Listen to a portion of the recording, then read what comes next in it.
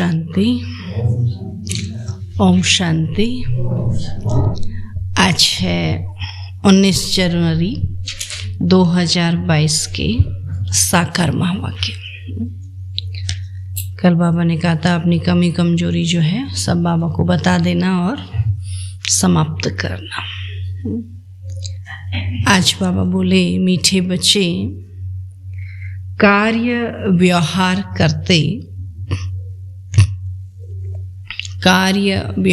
करते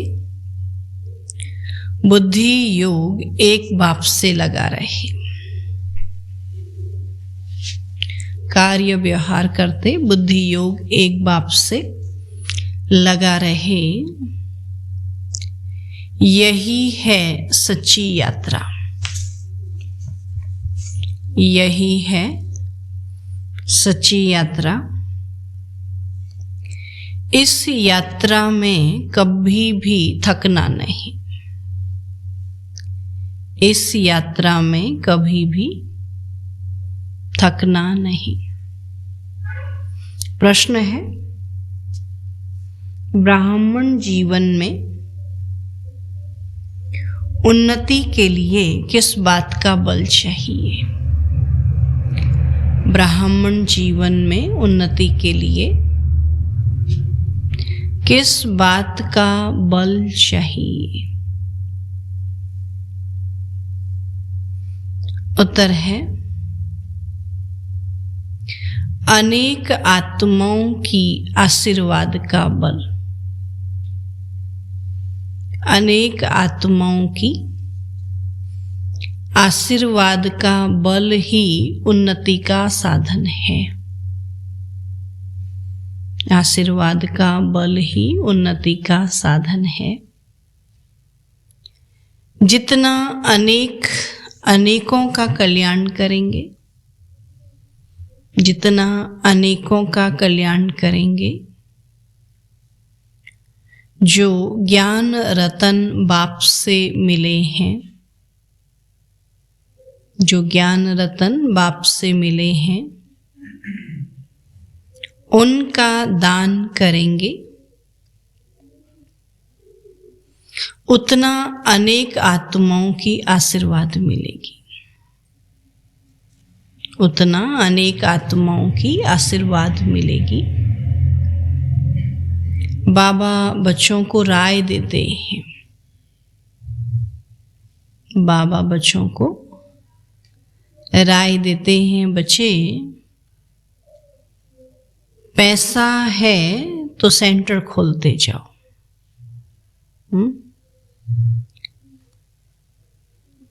पैसा है तो सेंटर खोलते जाओ। हॉस्पिटल कम यूनिवर्सिटी खोलो, हॉस्पिटल कम यूनिवर्सिटी खोलो। उसमें जिसका भी कल्याण होगा उसकी आशीर्वाद मिल जाएगी। उसमें जिसका भी कल्याण होगा उसकी आशीर्वाद मिल जाएगी। गीत है, रात के राही थक मत जाना, सुबह की मंजिल दूर नहीं। ओम शांति। गीत का अर्थ तो बच्चों को आपे ही बुद्धि में आना चाहिए कि अभी हम सब हैं रूहानी राही, है ना, घर के राही आत्माएं जो हैं घर जाना चाहती ना, तो भगवान बाप के पास आत्माओं को जाना है। ऐसे नहीं कहेंगे कि जीव आत्माओं को जाना है। जीव आत्माओं को शरीर छोड़कर वापस जाना है। तो मनुष्य मरते हैं तो कहते हैं फलाना वैकुंठवासी हुआ, परंतु तुम जानते हो अच्छे व बुरे संस्कारों अनुसार पुनर्जन्म लेना पड़ता है।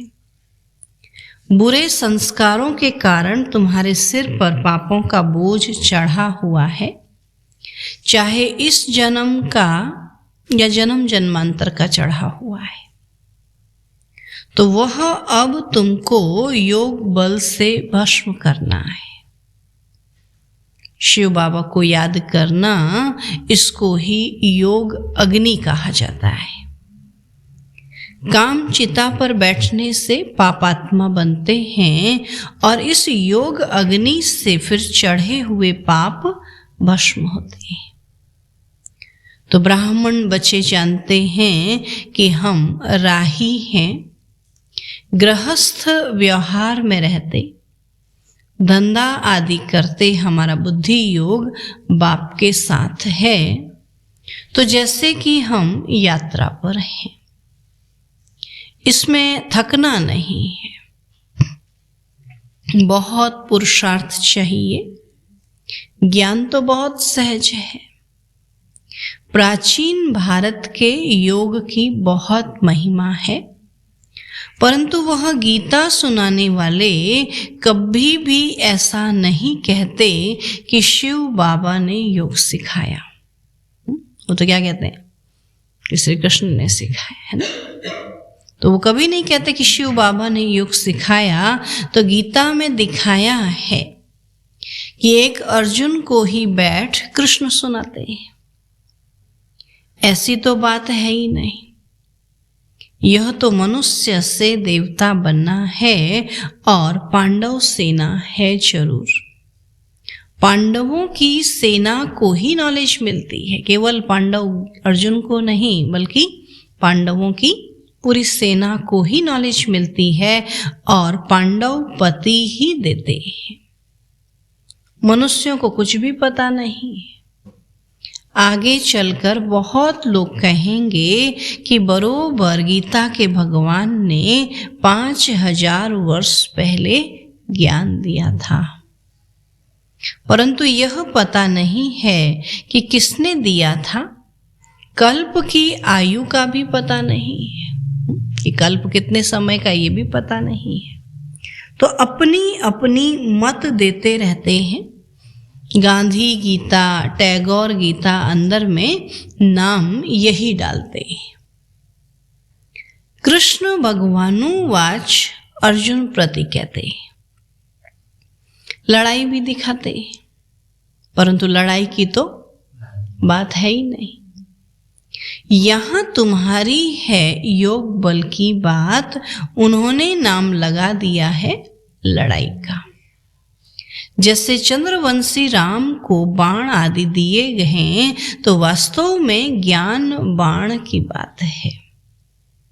वह नापास हुआ इसलिए निशानी दे दी है ना। बाबा कहते इस समय नापास हुआ तो इसलिए वहां उनको क्षत्रिय दिखा दिया, बाण दे दी। तो त्रेता युगी राम सीता का भी चित्र देना पड़े। घराने होते हैं ना, सूर्यवंशी घराना, चंद्रवंशी घराना। तो गीता में तो ऐसी बात लिखी हुई नहीं है कि भगवान ने गीता सुनाकर सूर्यवंशी चंद्रवंशी राजधानी स्थापन की। और यह तो जरूर है कि गीता है आदि सनातन देवी देवता धर्म का शास्त्र, तो वह हिंदू कह देते। बाबा कहते आदि सनातन देवी देवता के बजाय हिंदू धर्म कह देते हैं। अपने को देवी देवता धर्म का कह नहीं सकते क्योंकि अपवित्र हैं। और यह जो कहते हैं झूठी माया, झूठी काया, झूठा सब संसार, सो तो बिल्कुल ठीक है। बाबा सब झूठ ही है ना।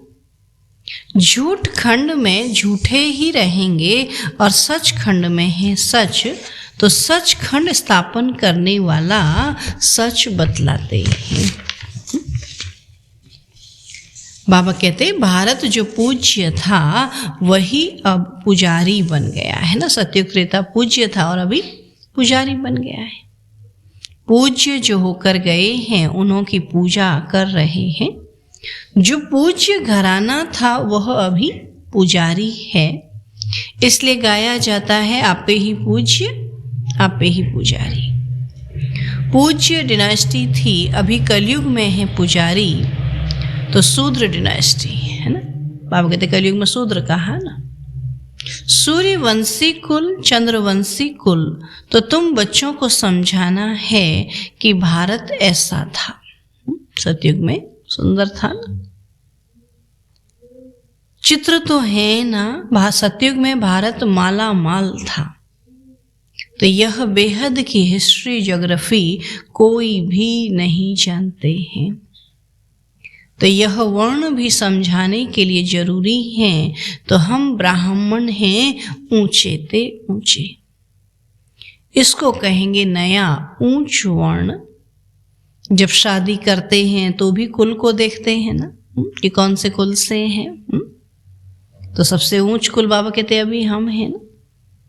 तो तुम्हारा कुल बहुत ऊंचा है। भल ब्राह्मण तो दुनिया में वह भी बहुत हैं, परंतु संगम पर ब्रह्मा की संतान ब्राह्मण कुल होता है, वह यह नहीं जानते। तो यह नई बात है ना। तो मनुष्य समझते हैं इन्हों की शायद अपनी नई गीता बनी हुई है। और ये तो तुम बच्चे जानते हो कि शिव बाबा ही राजयोग सिखलाते हैं। तो हम 100 देवता बन रहे हैं और हम राजाई स्थापन कर रहे हैं, ऐसा और कोई कह न सके। वे तो जो पास्ट हो गए हैं उन्हों की कथाएं बैठ सुनाते हैं, और यहाँ हम महिमा तो गीता की ही करते हैं। तो मनुष्य समझते हैं यह गीता को मानते हैं। तो तुम जानते हो वह है भक्ति मार्ग की गीता, परंतु जिसने गीता सुनाई उनसे तुम अब डायरेक्ट सुन रहे हो, है ना। वो तो भक्ति मार्ग में अलग बनाई, भगवान ने ऐसा कहा, लेकिन भगवान क्या कह रहे हैं हम तो बाबा कहते भी डायरेक्ट सुन रहे। तो बंदर सेना भी मशहूर है।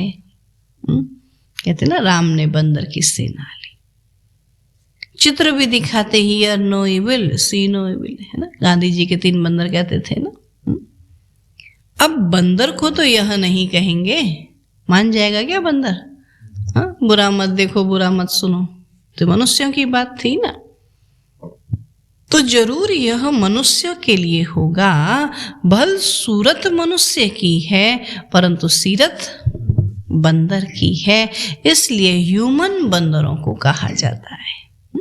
कि मनुष्य रूपी बंदरों को कहा जाता है कि बुरा मत सुनो बुरा मत देखो, है ना।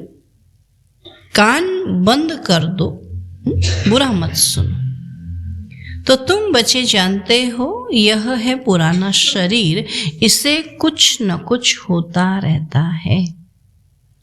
कोई की स्त्री मरती है तो कहते हैं पुरानी जूती गई फिर नई खरीद लेंगे। अब शिव बाबा को तो चाहिए भी पुरानी जूती, अनुभवी चाहिए ना। बाबा को ऐसा नया नया थोड़ी चाहिए।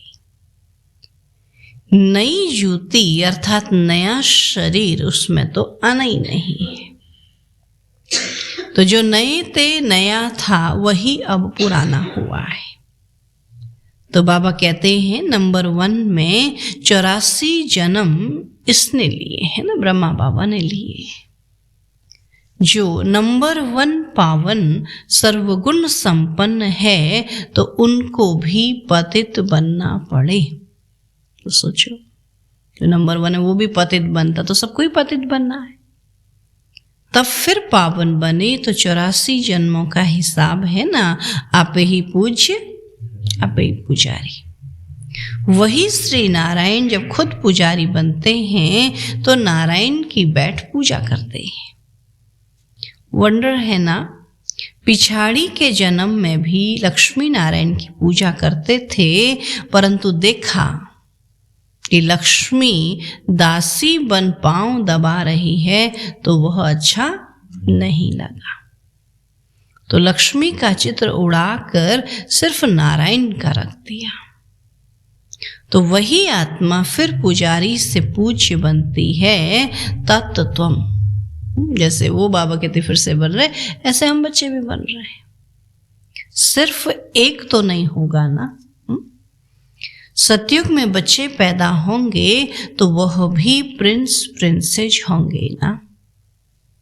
तभी तुम बच्चों का बाप श्रृंगार कर रहे हैं वापस ले चलने के लिए। जानते हो कि हम स्वर्ग के मालिक बन रहे हैं।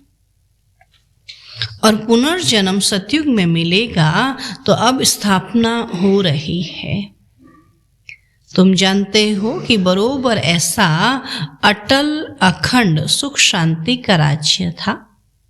तो तुम कोई को भी यह समझा सकते हो कि हम राजयोग प्रैक्टिकल में सीख रहे। कोई कहते हैं कि फलानी संत के पास गए और हमको बहुत शांति मिली, परंतु ये तो हुई अल्पकाल क्षणभंगुर की शांति, करके 10-20 को मिलेगी, है ना। ऐसी शांति 10-20 लोगों को मिलेगी।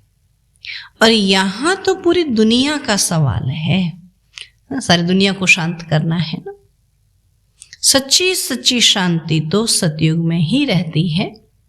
तो जो सयाने बच्चे हैं वह कल्प पहले मुआफिक अपना पुरुषार्थ कर रहे। और कई नई नई गोपिकाओं को घर बैठे एक बार ज्ञान मिलता है तो खुशी का पारा चढ़ जाता है। कल एक युगल बाबा के पास आया और बाबा ने समझाया, बच्चे तुम बाप से बेहद का वर्षा नहीं लेंगे। आधा कल्प नरक में गोते खाकर दुखी हुए हो, अब एक जन्म विष छोड़ नहीं सकते हो। स्वर्ग का मालिक बनने के लिए पवित्र नहीं बनेंगे। बोला है तो डिफिकल्ट। तो बाबा ने कहा है कि काम चिता पर बैठने लिए जिस्मानी ब्राह्मण ने तुम्हारा हथियाला बांधा, अब तुम ज्ञान चिता पर बैठ स्वर्ग के महाराजा महारानी बनो। तो कहा आपको सहायता देनी पड़ेगी। बाबा से कहा आपको मदद करनी पड़ेगी। बाबा ने कहा कि शिव बाबा को याद करते रहेंगे तो जरूर सहायता मिलेगी। तो बोला हाँ याद करूंगा। तो झट बाप से हथियाला बांधा, अंगूठी भी पहनी। बाबा उस समय राखी भी बंधवाते थे, अंगूठी भी पहनाते थे ना। तो यह बाप दादा है और बेहद का बाप कहते हैं, बच्चे तुम पवित्र नहीं बनोगे तो स्वर्ग में भी नहीं चल सकोगे। तो ये अंतिम जन्म पवित्र नहीं बनने से तुम राजाई खो बैठेंगे। इतना थोड़ा समय भी तुम पवित्र नहीं बन सकते हो। बाबा तुम्हारा ज्ञान योग से श्रृंगार कर रहे हैं और तुम ऐसे लक्ष्मी नारायण बन जाते हो। अब अगर बाप का नहीं माना तो समझेंगे इन जैसा महामूर्ख दुनिया में कोई नहीं। एक होते हैं हद के मूर्ख, दूसरे होते हैं बेहद के मूर्ख। तो यहां पर ऐसे नहीं बैठ सकते। जो वायुमंडल को खराब करें तो हंस मंडली में मलेच्छ बैठ न सके। तो शिव बाबा कितना श्रृंगार कर लक्ष्मी नारायण जैसा बनाते हैं और माया फिर बिल्कुल कंगाल व्यर्थ, बाबा कहते वर्थ नॉट पैनी बना देती है। भल कोई के पास 50 करोड़ हैं तो भी वर्थ नॉट पैनी है। अगर पवित्र नहीं तो बाबा के सब बेकार है, क्योंकि यह सब तो भस्म होना है। साथ में तो सच्ची कमाई ही चलेगी। तो बाबा राय देते हैं, बच्चे सेंटर्स खोलते जाओ, मनुष्यों का बैठ श्रृंगार करो, परंतु यूनिवर्सिटी कम हॉस्पिटल खोलने वाला भी अच्छा हो, है ना। जो किसी को समझा सके या दूसरे को खोलकर दे तो वह बैठ समझावे, तो उनकी आशीर्वाद से भी भरपूर हो जाएंगे। अब बल तो मिलता है ना। 21 जन्म के लिए फायदा है। ऐसा कोई होगा जो बाबा की श्रीमत पर न चले? कदम कदम पर बाप की श्रीमत पर चलना चाहिए। फिर बाबा कहते विघ्न तो पढ़ेंगे ही। विघ्न तो आते ही है ना, माया परीक्षा तो लेती है ना। बांधेली गोपिकाओं पर कितने सितम होते हैं। तो इसमें निर्भय होना होता है। बाप की महिमा है ना, निर्भय निर्वैर, हमारा कोई से वैर नहीं। बाप कहते सब आत्माएं हैं ना, अपना अपना पाठ बजा रही, हमारा कोई से वैर नहीं। बाप श्रृंगार कराते हैं तो उनकी सर्विस स्वीकार करनी चाहिए कि बाबा क्यों नहीं हम आपकी श्रीमत पर चलेंगे। हमारा तो इसमें बहुत कल्याण है और हमारे पीछे बच्चों आदि का भी कल्याण है। तो हर एक को सच्ची यात्रा पर चलने का रास्ता बताना चाहिए। फिर बाबा कहते झगड़ा होगा।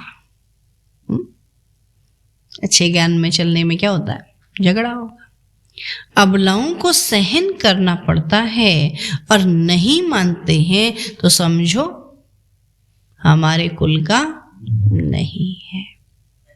मेहनत करनी पड़ती है कि कहाँ से हमारे कुल का निकल पड़े, फिर भल प्रजा लायक भी बने, औरों को भी प्रजा लायक बनावे, यह भी अच्छा है। प्रजा भी तो बनानी है ना। मनुष्य से देवता बनाना यह कार्य बाप के सिवाय कोई कर नहीं सकता। तो तुम ब्राह्मण हो ऊंच ते ऊंच और वह है नीच ते नीच। तुम हंस और वह बगुले। तो जरूर झगड़ा होगा, अत्याचार होंगे। माया रावण ने सबको बर्बाद कर दिया है। तो बाप आकर आबाद करते हैं, सॉल्वेंट बनाते हैं और पिछाड़ी में बादशाही तुम्हारी होगी। लड़ाई के बाद भारत मालामाल बनता है और वह तो जानते नहीं कि इस महाभारी लड़ाई के बाद ही भारत स्वर्ग बनता है। तो अब बच्चों को बहुत अच्छा पुरुषार्थ करना है, भाषण भी रिफाइन करना चाहिए, शंख ध्वनि करनी है। नहीं तो कहेंगे इनके पास शंख नहीं है ना। शंख ध्वनि माना ज्ञान की ध्वनि करनी। तो बाबा कहते अगर ज्ञान नहीं सुना है तो कहेंगे इनके पास ज्ञान नहीं है। तो भल कमल फूल समान है, चक्र भी है, परंतु शंख नहीं है अगर ज्ञान ध्वनि नहीं की तो। बाबा कहते हैं ज्ञानी तू आत्मा ही मुझे प्रिय हैं। गोपियां भी मुरली पर मस्त होती थी। अब कृष्ण ने तो मुरली नहीं सुनाई, मुरली तो शिव बाबा सुनते हैं ना। तो यह है श्री कृष्ण की आत्मा का अंतिम जन्म। ब्रह्मा का तन जो है श्री कृष्ण की आत्मा का अंतिम जन्म। जो चक्र लगाकर आई, अब इनको नॉलेज मिली है तो तुम जानते हो यह है पुरानी दुनिया, इनको फारकती देनी है। इस पुरानी दुनिया को छोड़ना है। अब तुम नई दुनिया के मालिक बन रहे हो तो विनाश से पहले पुरानी दुनिया को फारकती देते हो। अगर फारकती नहीं देंगे तो नई दुनिया से योग भी नहीं लगेगा। एक ही तरफ तो योग लगेगा, या तो इस दुनिया से या उस दुनिया से, है ना। अगर इसको भूलेंगे नहीं तो वहां योग नहीं लगेगा। तो रावणपुरी में 63 जन्म दुख भोगते हैं और अब इसको फारकती दे दो। देह सहित जो कुछ भी है इन सभी को फारकती दो, फिर तुम अकेली आत्मा बन मेरे पास आ जाएंगे। अच्छा, मीठे मीठे सिकील आधे बच्चों प्रति माता पिता बाप दादा का याद प्यार और गुड मॉर्निंग। रूहानी बाप की रूहानी बच्चों को नमस्ते। हम रूहानी बच्चों की रूहानी बाप दादा को नमस्ते नमस्ते नमस्ते। धारणा के लिए मुख्य सार है, ज्ञानी तू आत्मा बन, ज्ञानी तू आत्मा बन, शंख ध्वनि करनी है।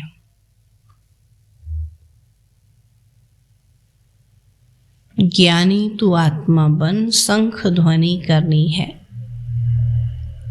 हर एक को सच्ची यात्रा सिखलानी है। हर एक को सच्ची यात्रा सिखलानी है। अपनी प्रजा तैयार करनी है।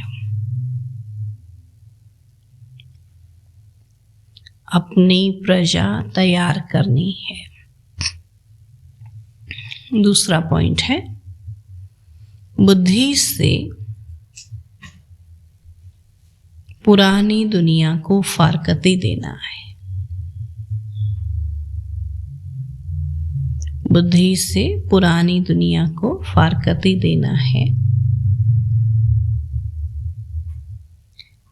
नई दुनिया से बुद्धि योग लगाना है। नई दुनिया से बुद्धि योग लगाना है। निर्भय निर्वैर बनना है। बुद्धि से पुराने दुनिया को फारकती देना है। नई दुनिया से बुद्धि योग लगाना है। निर्भय निर्वैर बनना है। वरदान है आज का, व्यक्त भाव की आकर्षण से परे, व्यक्त भाव की आकर्षण से परे अव्यक्त स्थिति का अनुभव करने वाले सर्व बंधन मुक्त भाव। व्यक्त भाव की आकर्षण से परे अव्यक्त स्थिति का अनुभव करने वाले सर्व बंधन मुक्त भाव। बाबा कहते, प्रवृत्ति में रहते बंधन मुक्त बनने के लिए संकल्प से भी किसी संबंध में, अपनी देह में और पदार्थों में फंसना नहीं। संकल्प में भी कोई बंधन आकर्षित न करे, क्योंकि संकल्प में आएगा तो संकल्प के बाद फिर कर्म में भी आ जाएगा।